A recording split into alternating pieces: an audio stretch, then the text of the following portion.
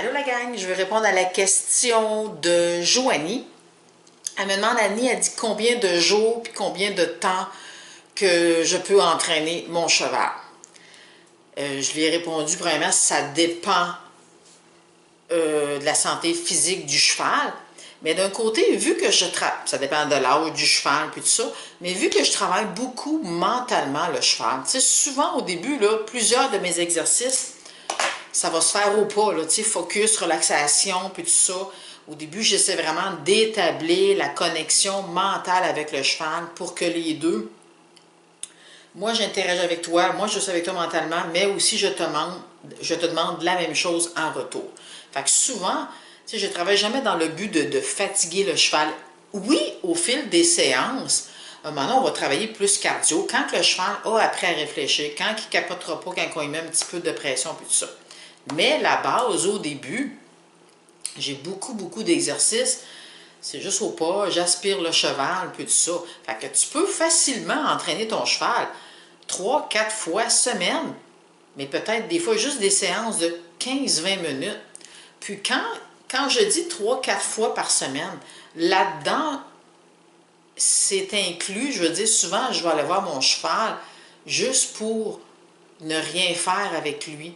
Ou je vais aller le voir au champ, je vais lui donner un bout de carotte.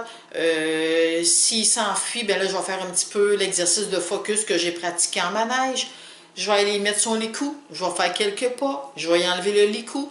Tu sais, je veux dire, tout ça, travailler mentalement sur le cheval, ça fait partie intégrante de de toute l'éducation, de toute l'interaction qu'on a avec notre cheval.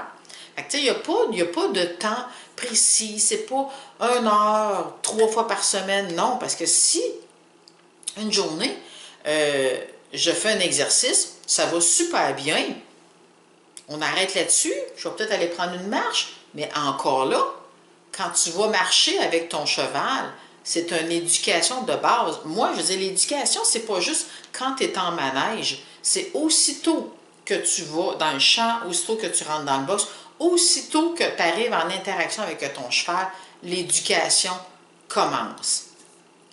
Appelez ça respect. J'aime pas ça dire respect. C'est plus, on en dit, regarde, il y a des règles. Au début, les règles peuvent être plus fermes, puis au fil des semaines, quand la confiance s'établit des deux côtés, ben oui, les règles vont être un peu plus malléables parce qu'on fait plus confiance, on sait qu'il va nous faire plus attention. Fait que c'est ça. Fait que pour en revenir à ta question, combien de jours, combien de temps? Oui, il faut prendre en considération l'âge du cheval, il faut prendre en considération sa santé physique. Puis tu sais, au début, comme j'expliquais, vu que je travaille beaucoup mentalement, si on travaille plus que 3-4 fois par semaine, tu sais, c'est beaucoup, tu sais, c'est comme je dis en anglais, overload, surcharger le mental.